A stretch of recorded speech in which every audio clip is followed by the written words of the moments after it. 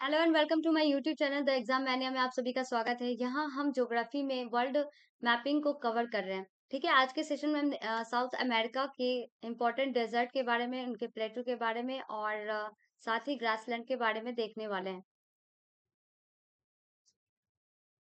तो एक छोटा सा इंट्रोडक्शन साउथ अमेरिका का, ये वाला जो आपको नीला रंग का पार्ट दिखाई दे रहा है, ठीक है, इस वर्ल्ड मैप पे वो आपको साउथ अमेरिका कॉन्टिनेंट है। तो इसके ईस्ट की बात करें तो यहाँ पे आपको अटलांटिक ओशन देखने को मिलता है। ईस्ट में भी आपको अटलांटिक ओशन ही देखने को मिलता है और वेस्ट में आपको पैसिफिक ओशन देखने को मिलता है। ठीक है, तो आज यहाँ से सेशन स्टार्ट करते हैं। सबसे पहले हम जान लेते हैं, यहाँ पे एंडीज पर्वतमाला के बारे में मैंने पढ़ाया था। तो ये एक कॉर्डिलेरा है। ठीक है, कॉर्डिलेरा क्या होता है? जो एक टाइम पे बने हुए पर्वतमाला होते हैं। ठीक है, नॉर्थ से लेके ये साउथ तक बना हुआ है। कितने कंट्री में? तो ये 7 कंट्री तक फैला हुआ है। नाम कौन कौन है? तो ये नाम जो मैंने पढ़ाया था, ये अर्जेंटीना है, चिली, बोलिविया, पेरू, पेरू के साथ यहाँ पे इक्वाडोर है, कोलंबिया और ये वेनेजुएला तक जाते हैं। ठीक है, तो यहाँ पे टोटल कितने हो गए? तो 7 कंट्री यहाँ पे देखने को मिलते हैं जहाँ पे एंडीज पर्वतमाला फैली हुई है। अगर इसकी लंबाई की बात करें तो ये आपको 700+ किलोमीटर तक फैली हुई है लंबाई में। और चौड़ाई की बात करें, चौड़ाई में आपको 200 किलोमीटर तक देखने को मिलती है। बट बोलिवियन पठार के पास आपको ये वाला जो हिस्सा है, यहाँ पे आपको 700 किलोमीटर तक इसका एरिया आपको देखने को मिलता है। ठीक है, तो सबसे पहले हम बात करते हैं अटाकामा डेजर्ट। डेजर्ट के बारे में हम बात करते हैं यहाँ पे। तो यहाँ पे आपको अटाकामा डेजर्ट आपको चिली में देखने को मिलता है। ये आपका अटाकामा डेजर्ट का एरिया है। तो ये यहाँ पे डेजर्ट कैसे हो गया? ठीक है, यहाँ पे डेजर्ट कैसा हुआ? यहाँ पे स्टर्ली विंड चलती है। विंड तो स्टडी चल रही है जो कि यहाँ पे बारिश करवा देती है। ये वाले एरिया में आपको बारिश करवा देती है। ठीक है, धीरे धीरे तो इधर पहुंच भी नहीं पाती। और इस वाले एरिया में आपको वेस्ट साइड में, यहाँ जो पैसिफिक का एरिया है, यहाँ पे एक जलधारा है, नाम है इसका Peru current. Peru cold current, Peru cold current जो है, यहाँ पे आपको ये इसका टेम्परेचर बहुत ही ठंडा है। टेम्परेचर कोल्ड करंट नाम ही है। ठीक है, वाष्पीकरण नहीं हो पाता, जिस कारण यहाँ पे हवा ऊपर नहीं उठेगी, ऊपर नहीं उठेगी तो बारिश नहीं होगी। ठीक है, यहाँ पे क्या हो जाता है जिसके कारण आपको यहाँ पे मरुस्थल का कंडीशन देखने को मिलता है। ठीक है, तो ये आपका एंडीज पर्वतमाला के आपके वेस्ट में मिलता है। क्या? तो अटाकामा डेजर्ट देखने को मिलता है। और अगर ओशन, लोकेशन में ओशन की बात करें तो ये कौन सा ओशन से सटे हुए अटाकामा? तो आप एग्जामिनेशन में लिखोगे कि क्या है? पैसिफिक। ये पैसिफिक ओशन से सटे हुए हैं। ठीक है, और अटाकामा डेजर्ट के बारे में बात करें तो ये सबसे ज्यादा ड्राइएस्ट है। ठीक है, बहुत ही ड्राइएस्ट है अटाकामा। और इसका एक और नाम है। क्या नाम है? तो उसका हमबोल्ड, हमबोल्ड की ठंडी जलधारा। ठीक है, इसका नाम पेरू भी है और साथ में क्या है? तो हमबोल्ड की जलधारा भी है। और इसके साथ ही एक और डेजर्ट आपको, इम्पोर्टेंट डेजर्ट देखने को मिलता है, नाम है उसका पैटागोनिया। इस वाले एरिया में ये आपको अटाकामा कैसा हो गया? तो उष्ण यानी कि ट्रॉपिकल टाइप डेजर्ट होगा। ठीक है, ये आपको ट्रॉपिकल उष्ण टाइप डेजर्ट है। बट ये आपको पैटागोनिया आपको शीत टाइप है। ठीक है, ये आपको शीत टाइप डेजर्ट है। अब इस वाले एरिया में भी आप कहोगे कि इधर से वेस्टर्ली विंड चलती है। नहीं, इधर से ईस्टर्ली नहीं बल्कि इधर से वेस्टर्ली विंड चलती है। और ये वाला जो एंडीज का, एंडीज पर्वत का हिस्सा जो है, ये वाला हिस्सा, यहाँ पे ये बारिश करवा देती है और ये हवाएं पार नहीं कर पाती, जिस कारण आपके इस साइड क्या होता है? मरुस्थल की स्थिति देखने को मिल जाती है। यानी कि एंडीज के फुट में आपको ये पैटागोनिया देखने को मिलती है, मरुस्थल। ठीक है, यहाँ दो इंपॉर्टेंट मरुस्थल हैं। इसके आगे बढ़ते हैं और यहाँ पे हम देखते हैं पठार के बारे में, यानी कि प्लेटू। अब हम प्लेटू की बात करें, प्लेटू की अगर बात करते हैं तो पर्वत जो होते हैं, पर्वत जो होते हैं उनका ढाल तीव्र होता है। ठीक है, और वो सपाट नहीं होते, इस टाइप से बने होते हैं। बट पठार क्या होते हैं? पठार का एरिया क्या होता है? ऊपर का सपाट हो जाता है। ठीक है, ऊपर का एरिया सपाट होता है। 800 800 मीटर तक ऊंचाई आपको देखने को मिल जाएगी। ठीक है, इस वाले एरिया में 300 से 800 देखने को मिल जाती है ऊंचाई में। और इसमें देखने वाली बात ये हो जाती है, यहाँ पे आपको बोलिवियन, यहाँ पे प्लेटू आता है, बोलिवियन का पठार। ठीक है, बहुत ही इंपॉर्टेंट है। बोलिवियन प्लेटू इस वाले एरिया में देखने को मिलती है, बोलिवियन प्लेटू। ये जो बोलिवियन प्लेटू आपको देखने को मिलता है, ये आपको एंडीज के एक तरह, ये एंडीज से घिरा हुआ है, ठीक है, बीच में आपको पठार देखने को मिलता है। तो इस टाइप के आपको प्लेटू को क्या कहा जाता है, तो अंतर पर्वतीय पठार कहा जाता है, ठीक है। इंटर ईस्टर्न माउंटेन प्लेटू आपको देखने को मिलता है। इंडिया में बात करें तो तिब्बत का पठार इसका एग्जाम्पल हो जाएगा। इस टाइप के प्लेटू को आपको क्या कहा जाता है, बोलिवियन का पठार जो है, तो इंटर माउंटेन प्लेटू है, क्योंकि ये पर्वतों से घिरा हुआ है। किस पर्वत से घिरा हुआ है, तो ये एंडीज पर्वतमाला से ही ये खुद बीच में घिरा हुआ है। तो इस टाइप को क्या कहा जाता है, इंटर माउंटेन प्लेटू कहा जाता है, ठीक है। इंटर माउंटेन आपको ये प्लेटू आपको देखने को मिलता है। और इसके साथ आपको एक और पठार देखने को मिलता है, माटो ग्रासो, ठीक है। माटो ग्रासो जो कि आपको ब्राजील इसका लोकेशन है, ये भी पठार आपको देखने को मिलती है। और साथ में इसके एक और पठार देखने को मिलता है, नाम है उसका बोरबोरेमा। बोरबोरेमा ये ज्यादातर देखा नहीं गया, बट आता है कभी कभी एग्जामिनेशन में, इसलिए ये सब आपको कॉन्टिनेंटल टाइप आपको प्लेटू है। कॉन्टिनेंटल टाइप प्लेटू के ये उदाहरण आपको देखने को मिलते हैं, ठीक है।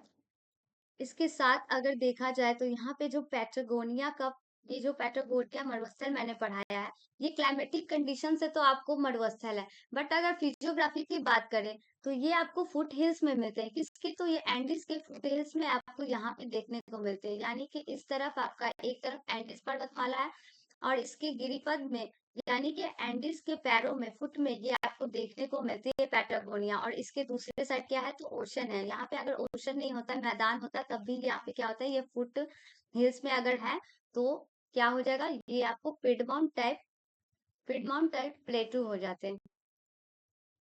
पिडमाउंट टाइप प्लेटू का उदाहरण, यानी कि गिरिपद पठार है ये, गिरिपद पठार का उदाहरण है, ठीक है। और मेनली ये आपको अर्जेंटीना में देखने को मिलता है, ठीक है। अगर क्लाइमेटिक कंडीशन की बात करें तब तो ये आपको मरुस्थल में चल जाएगा, लेकिन आपको पिडमॉन्ट प्लेटू अगर पूछा जाता है तो ये भी सही जवाब होता है कि आपको पैटागोनिया एक प्लेटू है। कैसा प्लेटू है, तो ये आपको पिडमॉन्ट प्लेटू है, क्योंकि ये एंडीज के पर्वतमाला के फुट हिल्स में देखने को मिलता है।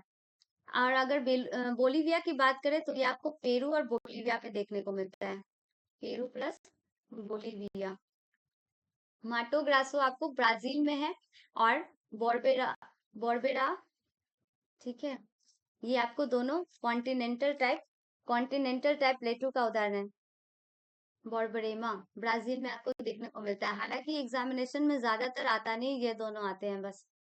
अब अगर बात करें यहाँ पे आपको मेनली जितने भी थे प्लेटू आपको मैंने पढ़ा दिया है, जितने भी दो इम्पोर्टेंट आपको डेजर्ट है वो भी मैंने पढ़ा दिया। इसके साथ ही आपको ग्रासलैंड यहाँ पे आप आगे देखने वाले हो। तो ग्रासलैंड पढ़ने से पहले हम थोड़े इसकी कंडीशन को देख लेते हैं। ये वाला जो एरिया है पूरे वर्ल्ड का, ये आपको विषुवत रेखा है, ठीक है, इक्वेटर है। और विषुवत रेखा इक्वेटर है, और यहाँ पे आपको 23.5 डिग्री, 23.5 डिग्री लगभग, 23.5 डिग्री यहाँ से मान लो आप 23.5 डिग्री गुजर रही है, और नीचे भी 23.5 डिग्री यहाँ से मान लो। तो यहाँ पे ये वाला एरिया में क्या होता है, ये आपको ट्रॉपिकल का एरिया हो जाता है। ये वाला एरिया कौन सा है, तो आपको ट्रॉपिकल एरिया हो जाता है। तो इसमें किस टाइप के घास के मैदान मिलते हैं, तो इसमें आपको घास के मैदान देखने को मिलेंगे उष्ण कटिबंधीय, यानी कि ट्रॉपिकल, यानी कि गर्मी में उगने वाले घास के मैदान। इसमें क्या होता है, बारिश होती है, ठीक है। यहाँ पे आपको फॉरेस्ट भी देखने को मिलेंगे, लेकिन जब फॉरेस्ट आगे की ओर बढ़ते हैं, ठीक है, तो वहां पे आपको घास के मैदान भी देखने को मिलते हैं। छोटे छोटे यहाँ पे छोटे आपको नहीं मिलेंगे, वो घास के मैदान भी ऊंचाई वाले होते हैं, ठीक है, और बहुत ही कड़े होते हैं।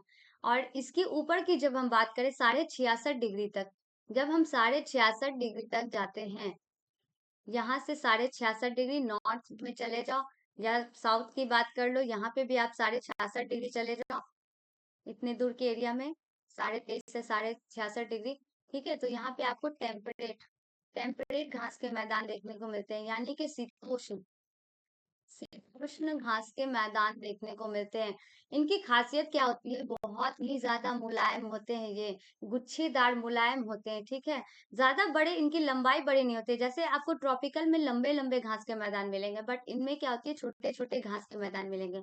तो साउथ अमेरिका में दोनों टाइप के घास के मैदान मिलेंगे। जब यहाँ पे वेनेजुएला में घास के मैदान बढ़ाए जाएंगे या ब्राजील में, तो आप समझ लेना कि वो ट्रॉपिकल टाइप है, ठीक है।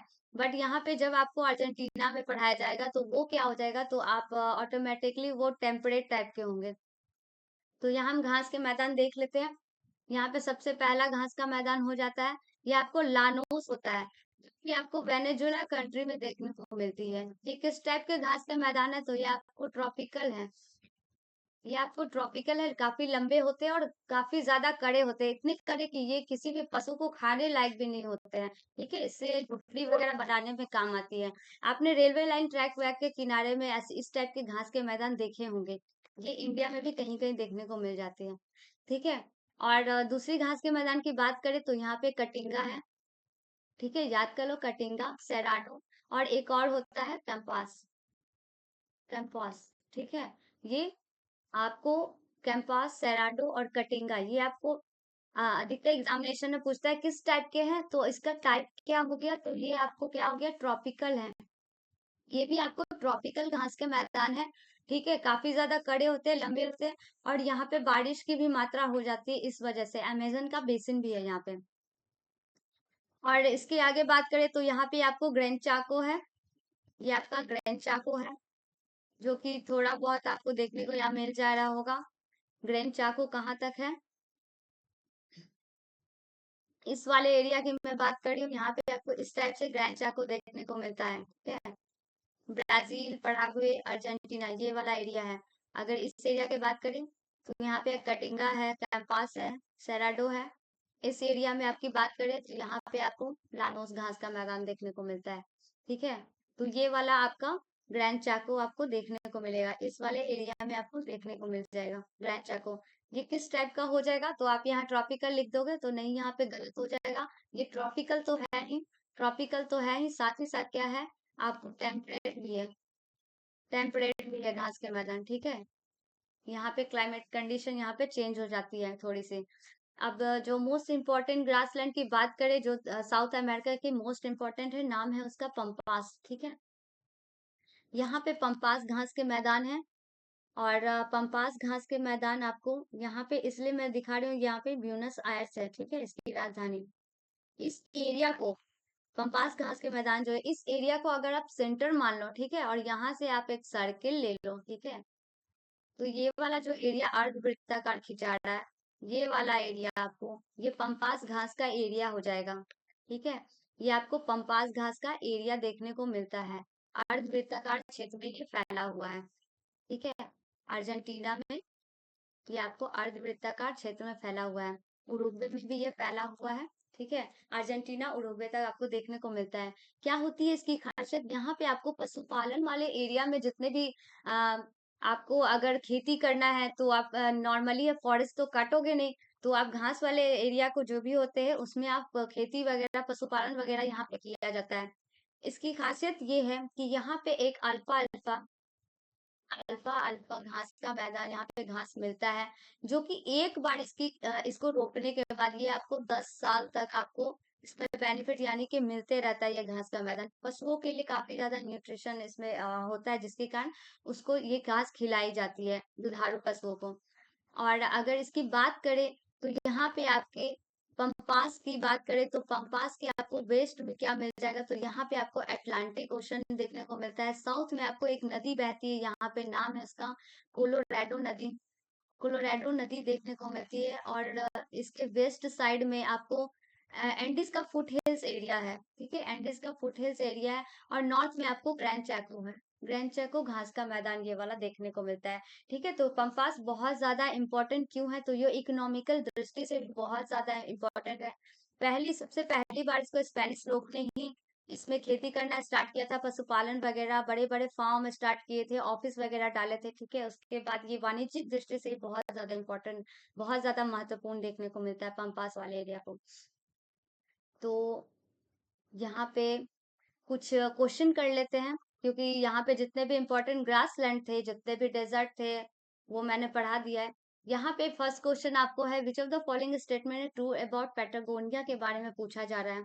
तो पहला ऑप्शन है कि Patagonia is a tropical rain forest है। पैटागोनिया क्या आपको ट्रॉपिकल रेन फॉरेस्ट बताया मैंने, या Patagonia is a cold desert है। Patagonia is a temperate grassland है, या पैटागोनिया एक हॉट डेजर्ट है, क्या है? तो ये आपको, आप इस दोनों में फंस सकते हैं। टेम्परेट तो बिल्कुल नहीं है ग्रासलैंड, पैटागोनिया ग्रासलैंड तो है नहीं, डेजर्ट है बट वो हॉट नहीं है। ठीक है, यहाँ पे ट्रॉपिकल रेन फॉरेस्ट लिख रहा है, बिल्कुल गलत है। कोल्ड डेजर्ट है, बिल्कुल सही, यानी कि ऑप्शन बी यहाँ पे सही है।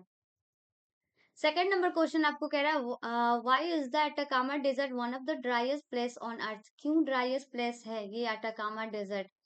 Due to easterly wind carrying moisture from the Atlantic Ocean. ठीक है, क्या इसकी वजह से है? स्टर्ली विंड कैरिंग मॉइस्चर करता है अटलांटिक ओशन से। Due to its location in the rain shadow of the Andes and cold ocean current. ठीक है, because of frequent cyclone in the region, ये तो बिल्कुल नहीं है। ठीक है, इस ऑप्शन को आप काट दो। Due to the presence of dense tropical forest nearby. ठीक है, ये भी नहीं है डेंस फॉरेस्ट। तो इस दोनों में क्या आंसर हो जाएगा? Due to easterly wind carrying moisture from the Atlantic Ocean, क्या ये ऑप्शन है? या फिर due to its location in the rain shadow of the Andes and cold ocean current. ठीक है, कोल्ड ओशन करंट है, ये तो बिल्कुल सही है। कोल्ड ओशन करंट की वजह से क्या होता है, अटाकामा डेजर्ट आपको देखने को मिलता है। ठीक है, और एंडीज के ये लोकेशन में रेन शेडो वाले एरिया में पड़ता है। थोड़ा हद तक ये ठीक ही है, क्योंकि ये रेन शेडो वाले एरिया में ये भी पड़ता है। अगर ईस्टर्ली साइड विंड पड़ जाती है, ईस्टर्ली साइड विंड में अगर बारिश हो जाती है, तो इस तरफ तो होती नहीं है, तो बी ऑप्शन आप लगा सकते हो। Consider the following statement regarding grassland. क्या Llanos is a tropical grassland found in South America? Tropical grassland है लानोस, या Campos is the tropical grassland region of Brazil? Pampas is a temperate grassland located in Argentina and Uruguay. Llanos is a tropical rainforest. ठीक है, तो इसमें कौन सा option आपको सही लग रहा है? Llanos is a tropical grassland found in South America. ठीक है, क्या लानोस ट्रॉपिकल ग्रासलैंड है साउथ अमेरिका में? इसमें ओनली नहीं लिखा हुआ, इसलिए ये तो ऑप्शन सही हो जाएगा। Campos is the tropical grassland region of Brazil, ये भी सही है। Pampas is a temperate grassland, Pampas temperate grassland है, बिल्कुल सही है। Located in Argentina and Uruguay, ये भी सही है। Llanos is a tropical rain forest. ठीक है, Llanos is a tropical rain forest. ठीक है, तो ये ट्रॉपिकल रेन फॉरेस्ट नहीं है, तो इसमें शायद फॉल्स के बारे में पूछ रहा होगा। ठीक है, फॉल्स के बारे में, तो आप इसमें क्या लगा सकते हो? तो ऑप्शन नंबर 4 आपका करेक्ट हो जाएगा। रेन फॉरेस्ट तो ये नहीं है, ट्रॉपिकल ग्रासलैंड है। ठीक है, ये हो जाएगा। एक और क्वेश्चन यहाँ पे, Bolivia is an example of which type of प्लेटू? तो बोलीविया किस टाइप का प्लेटू का उदाहरण है? यहाँ पे वॉल्केनिक प्लेटू है, क्या ये सही है? कॉन्टिनेंटल प्लेटू है, ये सही है? इंटरमॉन्टन प्लेटू है, या डिसेक्टेड प्लेटू है? यहाँ पे कौन सा सही है? तो ये इंटरमॉन्टन प्लेटू का उदाहरण है। ठीक है, पर्वतों के बीच में आप इसको देखने को ये वाला एरिया मिलता है। ठीक है, जैसे इंडिया में तिब्बत आपको इस साइड में देखने को मिलता है। हाँ, लास्ट क्वेश्चन है शायद ये, consider the following statement, Patagonia is an example of Piedmont प्लेटू। ठीक है, पैटागोनिया क्या पिडमॉन्ट प्लेटू का उदाहरण है? Is the above statement. ठीक है, तो एंडीज पर्वतमाला के ये फुट हिल्स में आपको पैटागोनिया देखने को मिलती है, और इस साइड आपको ओशन है। ठीक है, यहाँ पे आपको ओशन देखने को मिलता है, ये आपको पैटागोनिया है, ये आपको पैटागोनिया है। तो यहाँ ये वाला स्टेटमेंट क्या हो गया? बिल्कुल सही सही हो गया। तो अगर ये वीडियो आपको अच्छी लगी है, तो वीडियो को लाइक करना, शेयर करना और चैनल सब्सक्राइब करना। Thank you very much.